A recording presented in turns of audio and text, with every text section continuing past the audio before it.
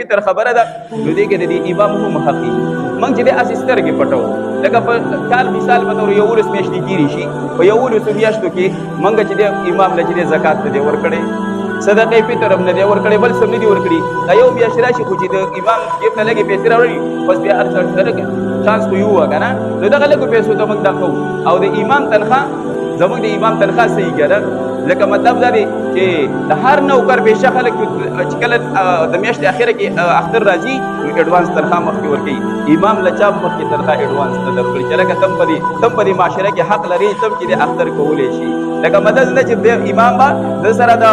اختر حق نشته چې د اختر وکړي ځکه زموږ تنخواه خو چې اکثر د امامانو تنخواه د 1500 نه مخکې نه میلاویږي او هغه هم 70% کې چې میلاوي 70% نه میلاویږي بلکې 30% کې میلاوي شي کله کې 50% میلاوي شي او هغه هم چې وروسته میلاوي شي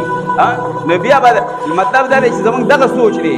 لکه ورګو عملاً داسې کوو چې بس مړه د په دې معاشره کې اړو د اوسېدو حق نشته دی خو به دې د الله شکر ادا کوو چې دا د رزق واده چې د لپاره نه ده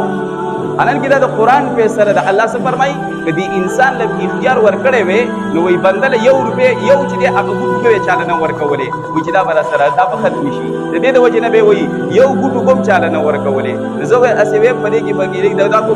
د امام له خو بلکل نه ورکولې چې مړه دې پکې دغه شان نو ګوره دا دی چې زموږ دغه یو دغه په دې کې چې څوک سترګې روباسي دي نه ورکوي نه دی ورکوي خو دغه دی چې د امام هم حق په دې معاشره کې شته دی په یو ورځ میاشتو کې کم یو چې با زکات ورکړی دی امام له یا به داسې پاو ګیپ ډالۍ راوړې ده هغه به ورکړې ده یا به چې دې سرسایه به یو ورځ میاشتو کې ورکړې ده تنخواه ورته په 17-18 باندې 50% میلاویږي که نه او بیا چې په یو میاشت کې ورته لږ څه میلاویږي نو هغه ته بیا سترګې ایستلي چانس یې ووه که نه نو چې دغه چانس نو دا دی چې څومره د متعلقه کسان دي هغوی ته خو زما طرف ته دغه دی چې زموږ سرحد یې راکوي حق نه ورکوي مور کوي د زور در باندې نشته بل چاله ورکوي تاسو اکثر په دې باندې موږ چې دی خورلاډې ته وکړو زکات نه ورکو د دنیا ځمکه هم تجارت مې تېر کړی دی هغه ور نه ورکوم او په دې کې یو ډبې مټۍ ولګي چې خور یې تاله مې مټۍ ډبې راوړی دی ته مې رضا کړې په دې باندې نو په یو ډبې مټۍ باندې خور رضا کړه او د دنیا جایداد یې حرامو کې مبتلا یي د دې باندې قیامت کې نفوس کي هغه په جریبونو ځمکه چې ګیره کړې ده هغه ولې نه ورکوي چې یو ډبې مټۍ ولګي او بیا ول په دې کې چې کم کسان داسي چې هغه زموږ متعلقه دي هغوی له په دې میاشت کې چې دی امام له دغه ورکوو اضافي خیرات ونه ورکړه اضافي ول داسې ول چې دی خپل تر تحفه ورکړه جوړولو والا نغدي ول داسې ورکړه زکات ول مو ورکوه سرسایه ول مو ورکوه کنه نغدي ول ورکړه په یو ورځ میاشتو کې دې نه دي ورکړي په یو میاشت کې چې دی خپلانې خپلوان له کم چې دي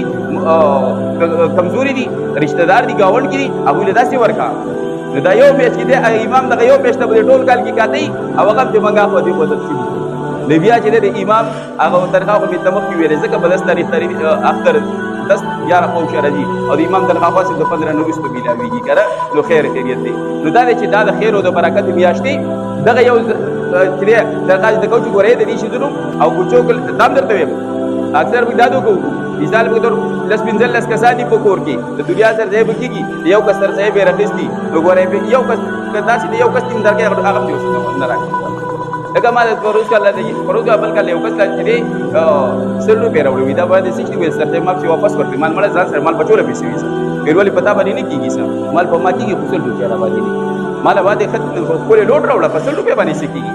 دلته دوه درې کسان بګاوي دی جوات مخې له مولا واپس ورکړه نو کو دا شان کو بیا میچا واپس نو بیا درنه خفګان نه کوي راګو نو برابر کار وکړو برابر کار نه کوي تاسو مبارک شه